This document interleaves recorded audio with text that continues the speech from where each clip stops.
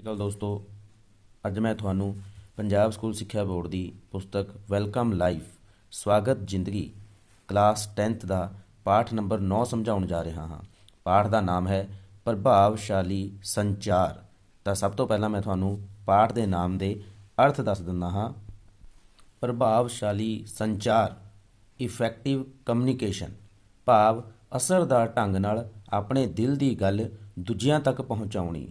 ਭਾਵ ਕਿ ਜਦੋਂ ਅਸੀਂ ਆਪਣੀ ਗੱਲ ਦੂਜਿਆਂ ਤੱਕ ਪਹੁੰਚਾਉਂਦੇ ਹਾਂ ਤਾਂ ਉਸ ਨੂੰ ਕਹਿਣ ਦਾ ਇੱਕ ਢੰਗ ਹੁੰਦਾ ਹੈ। ਉਹ ਢੰਗ ਕਿੰਨਾ ਪ੍ਰਭਾਵਸ਼ਾਲੀ ਹੈ ਉਸੇ ਨੂੰ ਅਸੀਂ ਪ੍ਰਭਾਵਸ਼ਾਲੀ ਸੰਚਾਰ ਕਹਿ ਦਿੰਦੇ ਹਾਂ। ਤਾਂ ਦੋਸਤੋ, ਮੈਨੂੰ ਉਮੀਦ ਹੈ ਤੁਸੀਂ ਪਾਠ ਦੇ ਨਾਮ ਦੇ ਅਰਥ ਸਮਝ ਲਏ ਹੋਣਗੇ। ਹੁਣ ਮੈਂ ਤੁਹਾਨੂੰ ਇਸ ਪਾਠ ਦਾ ਸਾਰਾਂਸ਼ ਅਤੇ ਉਸ ਤੋਂ ਬਾਅਦ ਇਸ ਦੀ ਐਕਟੀਵਿਟੀਜ਼ ਅਤੇ ਪ੍ਰਸ਼ਨ ਸਮਝਾਵਾਂਗਾ। ਇਸ ਪਾਠ ਦੇ ਕੁੱਲ 4 ਭਾਗ ਹਨ। ਪਹਿਲਾ ਭਾਗ ਇਜ਼ਹਾਰ ਜਾਂ ਪ੍ਰਗਟਾਵਾ, ਭਾਵ ਆਪਣੇ ਵਿਚਾਰ, ਭਾਵਨਾ ਜਾਂ ਆਪਣੇ ਪੱਖ ਨੂੰ ਪੇਸ਼ ਕਰਨਾ। ਪ੍ਰਗਟਾਵੇ ਦੇ ਢੰਗ ਨਾਲ ਸਾਨੂੰ ਸਾਹਮਣੇ ਵਾਲੇ ਵਿਅਕਤੀ ਦੀ ਸ਼ਖਸੀਅਤ ਦਾ ਪਤਾ ਚੱਲ ਜਾਂਦਾ ਹੈ, ਉਸ ਦੀ ਸੋਚ ਦਾ ਗਿਆਨ ਹੋ ਜਾਂਦਾ ਹੈ। ਭਾਵ ਕਿ ਦੋਸਤੋ, ਕਿਸੇ ਵਿਅਕਤੀ ਦਾ ਜਿਹੋ ਜਿਹਾ ਪ੍ਰਗਟਾਵੇ ਦਾ ਢੰਗ ਹੋਵੇਗਾ ਉਸ ਬੰਦੇ ਦੀ ਸ਼ਖਸੀਅਤ ਵੀ ਉੱਦਾਂ ਦੀ ਹੀ ਹੋਵੇਗੀ। ਭਾਵ ਕਿ ਜੇਕਰ ਕੋਈ ਬੰਦਾ ਵੱਧ ਤੋਂ ਵੱਧ ਝੂਠ ਬੋਲਣ ਦੀ ਕੋਸ਼ਿਸ਼ ਕਰਦਾ ਹੋਵੇਗਾ ਤਾਂ ਉਹ ਸਾਨੂੰ ਪਤਾ ਲੱਗ ਜਾਵੇਗਾ ਕਿ ਇਹ ਬੰਦਾ ਇੱਕ ਨੰਬਰ ਦਾ ਝੂਠਾ ਹੈ ਜਾਂ ਚੋਰ ਹੈ ਜਾਂ ਠੱਗ ਹੈ। ਉਸਦੇ ਇਜ਼ਹਾਰ ਦੇ ਤਰੀਕੇ ਅਤੇ ਉਸਦੇ ਸਰੀਰਕ ਹਾਵ ਭਾਵ ਉਸਦੀ ਸ਼ਖਸੀਅਤ ਨੂੰ ਬਿਆਨ ਕਰਨਗੇ। ਇਸੇ ਤਰ੍ਹਾਂ ਇੱਕ ਸੱਚੇ ਸੁੱਚੇ ਇਨਸਾਨ ਅਤੇ ਕੌਨਫੀਡੈਂਸ ਵਾਲੇ ਇਨਸਾਨ ਦੀ ਸ਼ਖਸੀਅਤ ਦਾ ਪਤਾ ਵੀ ਉਸਦੇ ਪ੍ਰਗਟਾਵੇ ਅਤੇ ਇਜ਼ਹਾਰ ਦੇ ਢੰਗ ਤੋਂ ਚੱਲ ਜਾਵੇਗਾ। ਨੰਬਰ 2, ਹਾਂ ਪੱਖੀ ਨਜ਼ਰੀਆ, ਭਾਵ ਸਕਾਰਾਤਮਕ ਸੋਚ। ਹਰ ਇੱਕ ਵਿਅਕਤੀ ਦਾ ਕਿਸੇ ਵੀ ਚੀਜ਼ ਨੂੰ ਦੇਖਣ ਦਾ ਆਪਣਾ ਨਜ਼ਰੀਆ ਹੁੰਦਾ ਹੈ। ਜਿਵੇਂ ਮਹਾਭਾਰਤ ਵਿੱਚ ਯੁਧਿਸ਼ਠਿਰ ਨੂੰ ਕੋਈ ਮਾੜਾ ਅਤੇ ਦੁਰਯੋਧਨ ਨੂੰ ਕੋਈ ਚੰਗਾ ਬੰਦਾ ਨਹੀਂ ਮਿਲਿਆ ਸੀ। ਇਸ ਲਈ ਸਕਾਰਾਤਮਕ ਸੋਚ ਵਾਲਾ ਬੰਦਾ ਮਾੜੇ ਵਿੱਚ ਵੀ ਚੰਗਾ ਹੀ ਲੱਭਦਾ ਹੈ ਅਤੇ ਮਾੜਾ ਚੰਗੇ ਵਿੱਚ ਵੀ ਬੁਰਾਈ ਹੀ ਲੱਭਦਾ ਹੈ। ਤਾਂ ਇਸ ਤਰ੍ਹਾਂ ਸਾਨੂੰ ਜ਼ਿੰਦਗੀ ਵਿੱਚ ਸਕਾਰਾਤਮਕ ਸੋਚ, ਪੋਜ਼ਿਟਿਵ ਥਿੰਕਿੰਗ ਰੱਖਣੀ ਚਾਹੀਦੀ ਹੈ। ਨੰਬਰ 3, ਇੰਟਰਵਿਊ ਸਕਿੱਲ, ਇੰਟਰਵਿਊ ਦਾ ਸਲੀਕਾ, ਭਾਵ ਕਿਸੇ ਨਾਲ ਮੁਲਾਕਾਤ ਕਰਕੇ ਸਵਾਲ ਜਵਾਬ ਕਰਨੇ। ਅਸੀਂ ਅਕਸਰ ਕੇਵਲ ਨੌਕਰੀ ਲੈਣ ਸਮੇਂ ਹੀ ਹੋਈ ਮੁਲਾਕਾਤ ਨੂੰ ਇੰਟਰਵਿਊ ਕਹਿ ਦਿੰਦੇ ਹਾਂ, ਜੋ ਕਿ ਗਲਤ ਹੈ। ਅਸਲ ਵਿੱਚ ਇੰਟਰਵਿਊ ਬੜੇ ਵਿਸ਼ਾਲ ਅਰਥਾਂ ਦਾ ਧਾਰਨੀ ਹੈ। ਅਸੀਂ ਬਚਪਨ ਤੋਂ ਬੁਢਾਪੇ ਤੱਕ, ਭਾਵ ਕਿ ਅਸੀਂ ਆਪਣੇ ਛੋਟੇ ਹੋਣ ਤੋਂ, ਭਾਵ ਕਿ ਬਚਪਨ ਤੋਂ ਲੈ ਕੇ ਆਪਣੇ ਮਰਨ ਤੱਕ, ਯਾਨੀ ਕਿ ਬੁਢਾਪੇ ਤੱਕ ਇੰਟਰਵਿਊ ਨੂੰ ਫੇਸ ਕਰਦੇ ਹਾਂ, ਭਾਵ ਕਿ ਇੰਟਰਵਿਊ ਦੇਣ ਦੀ ਪ੍ਰਕਿਰਿਆ ਕਰਦੇ ਹਾਂ। ਸਲੀਕਾ ਭਾਵ ਢੰਗ, ਕਿ ਇੰਟਰਵਿਊ ਸਹੀ ਢੰਗ ਨਾਲ ਹੋਣੀ ਚਾਹੀਦੀ ਹੈ। ਤਾਂ ਦੋਸਤੋ, ਇੰਟਰਵਿਊ ਦਾ ਸਲੀਕਾ ਤੋਂ ਭਾਵ ਹੈ ਕਿ ਸਾਨੂੰ ਕਿਸੇ ਨੂੰ ਮੁਲਾਕਾਤ ਕਰਨ ਸਮੇਂ ਉਸ ਨਾਲ ਸਵਾਲ ਜਵਾਬ ਸਹੀ ਢੰਗ ਨਾਲ ਕਰਨੇ ਚਾਹੀਦੇ ਹਨ। ਦੂਜੇ ਪਾਸੋਂ ਜੇਕਰ ਅਸੀਂ ਜਵਾਬ ਦੇ ਰਹੇ ਹਾਂ ਤਾਂ ਸਾਨੂੰ ਬੜੇ ਸਲੀਕੇ ਦੇ ਵਿੱਚ ਨਿਯਮਾਂ ਦੇ ਵਿੱਚ ਰਹਿ ਕੇ ਹੀ ਉਸ ਦਾ ਜਵਾਬ ਦੇਣਾ ਚਾਹੀਦਾ ਹੈ। ਭਾਗ 4, ਪ੍ਰਭਾਵਸ਼ਾਲੀ ਸਰੀਰਕ ਭਾਸ਼ਾ ਤੇ ਸ਼ਖਸੀਅਤ, ਬਾਡੀ ਲੈਂਗੁਏਜ, ਭਾਵ ਅਸੀਂ ਆਪਣੀ ਕਿਸੇ ਵੀ ਗੱਲ ਨੂੰ ਕਹਿਣ ਸਮੇਂ ਆਪਣੇ ਸਰੀਰਕ ਅੰਗਾਂ ਦਾ ਪ੍ਰਯੋਗ ਕਰਦੇ ਹੋਏ ਆਪਣੀ ਸ਼ਖਸੀਅਤ ਭਾਵ ਪਰਸਨੈਲਿਟੀ ਦਾ ਪ੍ਰਗਟਾਵਾ ਕਰਦੇ ਹਾਂ। ਜਿਵੇਂ ਗੁੱਸੇ ਸਮੇਂ ਅੱਖਾਂ ਵੱਡੀਆਂ ਕਰਨਾ, ਖੁਸ਼ੀ ਸਮੇਂ ਮੁਸਕਰਾਉਣਾ ਅਤੇ ਨਿਮਰਤਾ ਸਮੇਂ ਥੋੜ੍ਹਾ ਝੁਕਣਾ ਆਦਿ। ਇਸ ਤਰ੍ਹਾਂ ਜਿਹੜੀ ਸਾਡੀ ਬਾਡੀ ਉਹ ਸਾਡੀ ਪ੍ਰਤਿਭਾ ਭਾਵ ਸਾਡੀ ਸ਼ਖਸੀਅਤ ਨੂੰ ਨਿਖਾਰਦੀ ਹੈ। ਤਾਂ ਦੋਸਤੋ, ਮੈਨੂੰ ਉਮੀਦ ਹੈ ਤੁਸੀਂ ਇਸ ਪਾਠ ਦੇ ਚਾਰੋਂ ਭਾਗ ਚੰਗੀ ਤਰ੍ਹਾਂ ਸਮਝ ਲਏ ਹੋਣਗੇ। ਹੁਣ ਮੈਂ ਤੁਹਾਨੂੰ ਇਸ ਪਾਠ ਦੇ ਕਿਰਿਆਵਾਂ ਯਾਨੀ ਕਿ ਐਕਟੀਵਿਟੀਜ਼ ਸਮਝਾਵਾਂਗਾ। ਪਹਿਲੀ ਐਕਟੀਵਿਟੀ ਇਜ਼ਹਾਰ ਭਾਗ ਵਿੱਚੋਂ। ਇਸ ਵਿੱਚ ਇੱਕ ਕਹਾਣੀ ਦੱਸੀ ਗਈ ਹੈ ਜਿਸ ਵਿੱਚ ਇੱਕ ਪ੍ਰਗਟ ਨਾਂ ਦਾ ਮੁੰਡਾ ਹੁੰਦਾ ਹੈ ਜੋ ਪੜ੍ਹਾਈ ਵਿੱਚ ਬਹੁਤ ਹੁਸ਼ਿਆਰ ਹੁੰਦਾ ਹੈ, ਪਰੰਤੂ ਉਹ ਥੋੜ੍ਹਾ ਸ਼ਰਮਾਕਲ ਵੀ ਹੁੰਦਾ ਹੈ। ਇੱਕ ਵਾਰ ਅਧਿਆਪਕ ਨੇ ਵਿਦਿਆਰਥੀਆਂ ਨੂੰ ਪੰਜਾਬ ਦੇ ਜ਼ਿਲ੍ਹਿਆਂ ਦੇ ਨਾਮ ਲਿਖਣ ਲਈ ਦਿੱਤੇ, ਜਿਸ ਵਿੱਚ ਪ੍ਰਗਟ ਨੂੰ ਸਾਰੇ ਜ਼ਿਲ੍ਹਿਆਂ ਦੇ ਨਾਮ ਪਤਾ ਸੀ। ਉਹ ਬੜਾ ਉਤਸ਼ਾਹਿਤ ਸੀ। ਉਸਨੇ ਅੱਧੀ ਛੁੱਟੀ ਵੇਲੇ ਹੀ ਆਪਣਾ ਸਾਰਾ ਕੰਮ ਪੂਰਾ ਕਰ ਲਿਆ। ਉਦੋਂ ਹੀ ਉਸਦਾ ਇੱਕ ਦੋਸਤ ਉਸ ਤੋਂ ਉਸਦੀ ਕਾਪੀ ਮੰਗਦਾ ਹੈ ਜਿਸ ਦਾ ਨਾਮ ਰਵਿੰਦਰ ਸੀ, ਅਤੇ ਉਹ ਕਾਪੀ ਘਰ ਲਿਜਾਣ ਲਈ ਕਹਿੰਦਾ ਹੈ। ਪ੍ਰਗਟ ਉਸਨੂੰ ਜਵਾਬ ਨਹੀਂ ਦੇ ਪਾਉਂਦਾ ਅਤੇ ਕਾਪੀ ਉਸਨੂੰ ਦੇ ਦਿੰਦਾ ਹੈ, ਪਰੰਤੂ ਅਗਲੇ ਦਿਨ ਪ੍ਰਗਟ ਆਪਣੀ ਕਾਪੀ ਤਾਂ ਉਸਨੂੰ ਦੇ ਦਿੰਦਾ ਹੈ, ਪਰੰਤੂ ਪ੍ਰਗਟ ਦੀ ਕਾਪੀ ਨੂੰ ਉਹ ਘਰ ਹੀ ਛੱਡ ਆਉਂਦਾ ਹੈ ਅਤੇ ਰਵਿੰਦਰ ਆਪਣੀ ਕਾਪੀ ਲੈ ਆਉਂਦਾ ਹੈ, ਜਿਸ ਕਰਕੇ ਪ੍ਰਗਟ ਬੜਾ ਘਬਰਾਉਂਦਾ ਹੈ ਅਤੇ ਡਰਦਾ ਹੋਇਆ ਅਧਿਆਪਕ ਦੇ ਸਾਹਮਣੇ ਨਹੀਂ ਜਾਂਦਾ ਅਤੇ ਉਹ ਅਧਿਆਪਕ ਦੇ ਪੁੱਛਣ 'ਤੇ ਵੀ ਉਸਨੂੰ ਜਵਾਬ ਨਹੀਂ ਦਿੰਦਾ। ਤਾਂ ਅਧਿਆਪਕ ਨੂੰ ਇਸ ਗੱਲ 'ਤੇ ਬੜਾ ਗੁੱਸਾ ਆਉਂਦਾ ਹੈ ਅਤੇ ਉਹ ਪ੍ਰਗਟ ਨੂੰ ਬਹੁਤ ਝਿੜਕਦਾ ਹੈ। ਅੱਧੀ ਛੁੱਟੀ ਵੇਲੇ ਪ੍ਰਗਟ ਰੋਣ ਲੱਗ ਜਾਂਦਾ ਹੈ। ਜਦੋਂ ਉਸਨੂੰ ਇਹ ਗੱਲ ਆਪਣੇ ਦੋਸਤ ਸੰਦੀਪ ਨੂੰ ਦੱਸਣ ਦਾ ਮੌਕਾ ਮਿਲਦਾ ਹੈ ਤਾਂ ਸੰਦੀਪ ਸਾਰੀ ਸੱਚਾਈ ਨੂੰ ਅਧਿਆਪਕ ਨੂੰ ਦੱਸਦਾ ਹੈ। ਫਿਰ ਅਧਿਆਪਕ ਪ੍ਰਗਟ ਨੂੰ ਆਪਣੇ ਕੋਲ ਬੁਲਾਉਂਦਾ ਹੈ ਅਤੇ ਉਸ ਤੋਂ ਸਾਰੇ ਜ਼ਿਲ੍ਹਿਆਂ ਦੇ ਨਾਮ ਪੁੱਛਦਾ ਹੈ। ਪ੍ਰਗਟ ਸਾਰੇ ਜ਼ਿਲ੍ਹਿਆਂ ਦੇ ਨਾਮ ਦੱਸ ਦਿੰਦਾ ਹੈ, ਪਰੰਤੂ ਬਾਕੀ ਬੱਚੇ ਦੱਸਣ ਵਿੱਚ ਅਸਮਰਥ ਹੁੰਦੇ ਹਨ। ਦੂਜੇ ਪਾਸੇ ਰਵਿੰਦਰ ਨੂੰ ਕੁਝ ਵੀ ਨਹੀਂ ਸੀ ਆਉਂਦਾ, ਕਿਉਂਕਿ ਉਸਨੇ ਤਾਂ ਨਕਲ ਮਾਰ ਕੇ ਲਿਖਿਆ ਸੀ। ਇਸ ਗੱਲ ਉੱਤੇ ਅਧਿਆਪਕ ਰਵਿੰਦਰ ਨੂੰ ਅੱਗੇ ਤੋਂ ਨਕਲ ਨਾ ਕਰਨ ਦੀ ਸਲਾਹ ਦਿੰਦਾ ਹੈ ਅਤੇ ਦੂਜੇ ਪਾਸੇ ਪ੍ਰਗਟ ਨੂੰ ਸ਼ਾਬਾਸ਼ ਦਿੰਦਾ ਹੈ। ਇਸ ਤਰ੍ਹਾਂ ਪ੍ਰਗਟ ਦਾ ਹੌਸਲਾ ਹੋਰ ਵੱਧ ਜਾਂਦਾ ਹੈ। ਤਾਂ ਦੋਸਤੋ, ਇੱਥੋਂ ਸਾਨੂੰ ਇਹ ਸਿੱਖਿਆ ਮਿਲਦੀ ਹੈ ਕਿ ਮਿਹਨਤ ਕਰਨ ਵਾਲਾ ਬੱਚਾ ਬੋਲਣ ਵਿੱਚ ਅਗਰ ਚੁੱਪ ਕਰ ਜਾਂਦਾ ਹੈ ਤਾਂ ਉਹ ਬਿਨਾਂ ਵਜ੍ਹਾ ਤੋਂ ਝਿੜਕਾਂ ਖਾ ਲੈਂਦਾ ਹੈ, ਜਿਹੜਾ ਕਿ ਠੀਕ ਨਹੀਂ ਹੁੰਦਾ। ਇਸ ਲਈ ਸਾਨੂੰ ਆਪਣੇ ਪੱਖ ਨੂੰ ਸਹੀ ਤਰੀਕੇ ਨਾਲ ਪੇਸ਼ ਕਰਨਾ ਚਾਹੀਦਾ ਹੈ, ਘਬਰਾਉਣਾ ਨਹੀਂ ਚਾਹੀਦਾ। ਹੁਣ ਇੱਥੇ ਸਵਾਲ ਇਹ ਉੱਠਦਾ ਹੈ ਕਿ ਪ੍ਰਗਟ ਨੂੰ ਡਾਂਟ ਕਿਉਂ ਪਈ। ਅਸਲ ਵਿੱਚ ਪ੍ਰਗਟ ਨੂੰ ਡਾਂਟ ਪੈਣ ਦਾ ਮੁੱਖ ਕਾਰਨ ਉਸ ਦਾ ਆਪਣਾ ਪੱਖ ਨਾ ਰੱਖ ਸਕਣ ਦੀ ਅਸਮਰਥਾ ਸੀ। ਪ੍ਰਗਟ ਹੁਸ਼ਿਆਰ ਤਾਂ ਬਹੁਤ ਸੀ, ਪਰੰਤੂ ਆਪਣੇ ਸ਼ਰਮਾਕਲ ਸੁਭਾਅ ਕਰਕੇ ਉਹ ਅੱਖਾਂ ਨੀਵੀਆਂ ਪਾ ਲੈਂਦਾ ਹੈ ਅਤੇ ਅਧਿਆਪਕ ਨੂੰ ਖੁੱਲ੍ਹ ਕੇ ਆਪਣਾ ਪੱਖ ਨਹੀਂ ਦੱਸ ਪਾਉਂਦਾ, ਜਿਸ ਕਰਕੇ ਉਸ ਨੂੰ ਬਿਨਾਂ ਕਿਸੇ ਗਲਤੀ ਤੋਂ ਝਿੜਕਾਂ ਪੈ ਜਾਂਦੀਆਂ ਹਨ। ਤਾਂ ਦੋਸਤੋ, ਸਾਨੂੰ ਹੱਦ ਨਾਲੋਂ ਜ਼ਿਆਦਾ ਸ਼ਰਮਾਕਲ ਨਹੀਂ ਬਣਨਾ ਚਾਹੀਦਾ, ਸਗੋਂ ਪ੍ਰਭਾਵਸ਼ਾਲੀ ਢੰਗਾਂ ਨਾਲ ਆਪਣਾ ਪੱਖ ਰੱਖਣਾ ਚਾਹੀਦਾ ਹੈ। ਬਿਨਾਂ ਕਿਸੇ ਡਰ ਤੋਂ ਸਾਨੂੰ ਘਬਰਾਉਣਾ ਨਹੀਂ ਚਾਹੀਦਾ। ਗਤੀਵਿਧੀ 2। ਅਧਿਆਪਕ ਜਮਾਤ ਦੇ ਵਿਦਿਆਰਥੀਆਂ ਦੀ ਇੱਕ ਬਹਿਸ ਕਰਵਾਏਗਾ। ਸਾਰੀ ਜਮਾਤ ਨੂੰ 2 ਗਰੁੱਪ ਵਿੱਚ ਵੰਡਿਆ ਜਾਵੇਗਾ। ਬਹਿਸ ਦੇ ਦੌਰਾਨ ਇੱਕ ਗਰੁੱਪ ਵਿੱਚ ਜਿਸ ਦੇ ਹੱਕ ਵਿੱਚ ਤਰਕ ਅਤੇ ਦਲੀਲਾਂ ਦੇ ਕੇ ਇਸ ਨੂੰ ਸਹੀ ਸਿੱਧ ਕਰਨ ਦੀ ਕੋਸ਼ਿਸ਼ ਕਰੇਗਾ ਅਤੇ ਦੂਜਾ ਗਰੁੱਪ ਇਸ ਦੇ ਵਿਰੋਧ ਵਿੱਚ ਤਰਕ ਅਤੇ ਦਲੀਲਾਂ ਦੇਵੇਗਾ। ਬਹਿਸ ਦੌਰਾਨ ਹੇਠ ਲਿਖੀਆਂ ਗੱਲਾਂ ਵੱਲ ਧਿਆਨ ਦਿੱਤਾ ਜਾਵੇ। ਤਾਂ ਦੋਸਤੋ, ਇਸ 'ਤੇ ਅਧਿਆਪਕ ਨੇ ਬੜੇ ਸਿਸਟਮ ਨਾਲ ਬੱਚਿਆਂ ਦੇ ਵਿੱਚ ਵਾਦ ਵਿਵਾਦ ਕਰਵਾਉਣਾ ਹੈ, ਜਿਸ ਵਿੱਚ ਇੱਕ ਬੱਚਾ ਪੱਖ ਵਿੱਚ ਬੋਲੇਗਾ ਅਤੇ ਦੂਜਾ ਵਿਪੱਖ ਵਿੱਚ ਬੋਲੇਗਾ। ਪਰੰਤੂ ਇੱਥੇ ਇਸ ਗੱਲ ਦਾ ਧਿਆਨ ਰੱਖਿਆ ਜਾਵੇ ਕਿ ਇੱਕ ਵਿਦਿਆਰਥੀ ਦੂਜੀ ਦੀ ਗੱਲ ਨੂੰ ਪਹਿਲਾਂ ਸੁਣੇਗਾ ਅਤੇ ਫਿਰ ਉਸ ਤੋਂ ਬਾਅਦ ਬੋਲੇਗਾ। ਇੱਕ ਦੂਜੇ ਦੀ ਗੱਲ ਨੂੰ ਕੱਟਣ ਦੀ ਕੋਸ਼ਿਸ਼ ਨਹੀਂ ਕਰਨੀ। ਬਹਿਸ ਲਈ ਹੇਠ ਲਿਖੇ ਵਿਸ਼ੇ ਹਨ। ਅਧਿਆਪਕ ਇੱਕ ਜਾਂ ਇੱਕ ਤੋਂ ਵਧੇਰੇ ਵਿਸ਼ਿਆਂ 'ਤੇ ਬਹਿਸ ਕਰਵਾ ਸਕਦਾ ਹੈ, ਜਿਵੇਂ ਵਿਦਿਆਰਥੀਆਂ ਨੂੰ ਸਕੂਲ ਵੱਲੋਂ ਘਰ ਦਾ ਕੰਮ ਦੇਣਾ ਚਾਹੀਦਾ ਹੈ ਜਾਂ ਨਹੀਂ, ਕੁਦਰਤੀ ਆਫਤ ਦੌਰਾਨ ਐਲਾਨੀਆਂ ਗਈਆਂ ਛੁੱਟੀਆਂ ਵਿੱਚ ਆਨਲਾਈਨ ਸਿੱਖਿਆ ਦੇਣੀ ਚਾਹੀਦੀ ਹੈ ਜਾਂ ਨਹੀਂ, ਸਕੂਲ ਵਿੱਚ ਵਿਦਿਆਰਥੀਆਂ ਨੂੰ ਯੂਨੀਫਾਰਮ ਲੱਗਣੀ ਚਾਹੀਦੀ ਹੈ ਜਾਂ ਨਹੀਂ। ਤਾਂ ਸਾਰਾਂਸ਼ ਇਹ ਬਣਦਾ ਹੈ ਦੋਸਤੋ ਕਿ ਵਿਦਿਆਰਥੀ ਇਹੋ ਜਿਹੇ ਵਾਦ ਵਿਵਾਦ ਕਰਕੇ ਇਸ ਦੇ ਚੰਗੇ ਅਤੇ ਮਾੜੇ ਪੱਖਾਂ ਨੂੰ ਦੇਖਣਗੇ ਅਤੇ ਉਹਨਾਂ ਨੂੰ ਆਪਣੇ ਮਨ ਦੇ ਵਿਚਾਰ ਰੱਖਣ ਦਾ ਇੱਕ ਸਮਾਂ ਮਿਲੇਗਾ ਅਤੇ ਉਹ ਖੁੱਲ੍ਹ ਕੇ ਬੋਲਣਾ ਸਿੱਖਣਗੇ ਅਤੇ ਅਧਿਆਪਕ ਦੇ ਸਾਹਮਣੇ ਆਪਣਾ ਪੱਖ ਰੱਖਣ ਦੀ ਕਲਾ ਨੂੰ ਵੀ ਨਿਖਾਰ ਲੈਣਗੇ। ਤਾਂ ਅਗਲੀ ਐਕਟੀਵਿਟੀ ਹਾਂ ਪੱਖੀ ਨਜ਼ਰੀਏ ਭਾਗ ਵਿੱਚੋਂ ਕਿਰਿਆ 1। ਸਥਾਨ ਜਮਾਤ ਦਾ ਕਮਰਾ। ਸਮੱਗਰੀ ਇੱਕ ਪਾਣੀ ਦਾ ਅੱਧਾ ਭਰਿਆ ਗਲਾਸ। ਬੱਚਿਓ, ਆਪਣੀ ਵਰਕਸ਼ੀਟ 'ਤੇ ਇਸ ਗਿਲਾਸ ਬਾਰੇ ਇੱਕ ਵਾਕ ਲਿਖੋ। ਬੱਚੇ ਗਲਾਸ ਨੂੰ ਦੇਖ ਕੇ ਆਪਣੇ ਆਪਣੇ ਵਿਚਾਰ ਲਿਖਣਗੇ। ਹੇਠ ਲਿਖੇ ਕੀ ਤੁਸੀਂ ਇਹ ਲਿਖਿਆ ਹੈ? ਤਾਂ ਹੇਠ ਲਿਖੇ 3 ਪੱਖ ਸਾਹਮਣੇ ਆਉਂਦੇ ਹਨ। ਨੰਬਰ 1, ਪਾਣੀ ਦਾ ਗਲਾਸ ਅੱਧਾ ਖਾਲੀ ਹੈ। ਨੰਬਰ 2, ਪਾਣੀ ਦਾ ਗਲਾਸ ਅੱਧਾ ਭਰਿਆ ਹੈ। ਨੰਬਰ 3, ਇਸ ਵਾਕ ਤੋਂ ਕੁਝ ਵੱਖਰਾ ਲਿਖਿਆ ਹੈ। ਤਾਂ ਦੋਸਤੋ, ਇੱਥੇ ਜਿਹੜਾ ਢੁਕਵਾਂ ਵਾਕ ਬਣਦਾ ਹੈ, ਪਾਣੀ ਦਾ ਗਲਾਸ ਅੱਧਾ ਖਾਲੀ ਹੈ। ਹਾਂ, ਮੈਂ ਇਹ ਵਾਕ ਹੀ ਲਿਖਿਆ ਹੈ, ਕਿਉਂਕਿ ਇਹੀ ਉਚਿਤ ਬਣਦਾ ਹੈ। ਬਾਕੀਆਂ ਦਾ ਜਵਾਬ ਉਚਿਤ ਨਹੀਂ ਹੈ। ਸਿੱਟਾ ਇਹ ਨਿਕਲਦਾ ਹੈ ਕਿ ਜਿਹੋ ਜਿਹੀ ਸਾਡੀ ਸੋਚ ਹੋਵੇਗੀ ਤਾਂ ਅਸੀਂ ਉਹੋ ਜਿਹਾ ਜਵਾਬ ਦੇਵਾਂਗੇ। ਪੋਜ਼ਿਟਿਵ ਬੰਦਾ ਘੱਟ ਦੇ ਵਿੱਚੋਂ ਵੀ ਜ਼ਿਆਦਾ ਲੱਭ ਲੈਂਦਾ ਹੈ, ਜਦੋਂ ਕਿ ਨੈਗੇਟਿਵ ਬੰਦਾ ਜ਼ਿਆਦਾ ਦੇ ਵਿੱਚੋਂ ਘੱਟ ਲੱਭਦਾ ਹੈ। ਇੱਥੇ ਪਾਣੀ ਦਾ ਗਿਲਾਸ ਅੱਧਾ ਖਾਲੀ ਹੈ ਵਿੱਚ ਪੋਜ਼ਿਟਿਵਿਟੀ ਨਜ਼ਰ ਆਉਂਦੀ ਹੈ, ਇਸ ਲਈ ਇਹੀ ਜਵਾਬ ਬਿਲਕੁਲ ਸਹੀ ਮੰਨਿਆ ਜਾਵੇਗਾ। ਅਗਲੀ ਐਕਟੀਵਿਟੀ ਸੋਚੋ ਤੇ ਦੱਸੋ। ਪ੍ਰਸ਼ਨ 1, ਤੁਹਾਡੇ ਸਹਿਪਾਠੀਆਂ ਵਿੱਚੋਂ ਤੁਹਾਡਾ ਸਭ ਤੋਂ ਪਿਆਰਾ ਦੋਸਤ ਕੌਣ ਹੈ? ਤਾਂ ਦੋਸਤੋ, ਇੱਥੇ ਤੁਸੀਂ ਆਪਣੇ ਕਿਸੇ ਵੀ ਦੋਸਤ ਦਾ ਨਾਮ ਭਰ ਦੇਣਾ ਹੈ। ਜਿਵੇਂ ਮੈਂ ਲਿਖਿਆ ਜੀ, ਮੇਰਾ ਸਭ ਤੋਂ ਪਿਆਰਾ ਦੋਸਤ ਹਰਮੀਤ ਸਿੰਘ ਹੈ।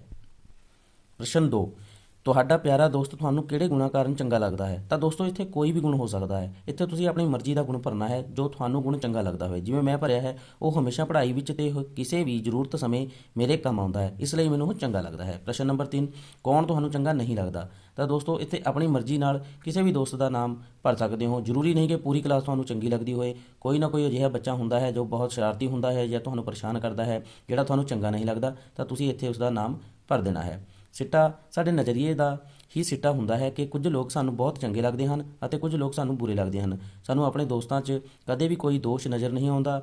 ਜੇਕਰ ਆ ਵੀ ਜਾਵੇ ਤਾਂ ਅਸੀਂ ਉਸ ਨੂੰ ਨਜ਼ਰੋਂ ਓਹਲੇ ਕਰ ਦਿੰਦੇ ਹਾਂ। ਭਾਵ ਕਿ ਜਦੋਂ ਜਿਹੜਾ ਸਾਨੂੰ ਚੰਗਾ ਲੱਗਦਾ ਹੈ ਉਸ ਵਿੱਚ ਅਸੀਂ ਚੰਗਿਆਈ ਹੀ ਦੇਖਦੇ ਹਾਂ, ਪਰੰਤੂ ਜਿਹੜਾ ਸਾਨੂੰ ਮਾੜਾ ਲੱਗਦਾ ਹੈ ਉਹ ਸਾਨੂੰ ਹਮੇਸ਼ਾ ਹੀ ਮਾੜਾ ਲੱਗਦਾ ਹੈ। ਤਾਂ ਦੋਸਤੋ, ਇੱਥੇ ਇੱਕ ਐਗਜ਼ਾਮਪਲ ਬਣਦੀ ਹੈ ਕਿ ਜਦੋਂ ਅਸੀਂ ਦੋਸਤ ਹੁੰਦੇ ਹਾਂ, ਅਸੀਂ ਇੱਕ ਦੂਜੇ ਵੱਲ ਦੇਖਦੇ ਹਾਂ।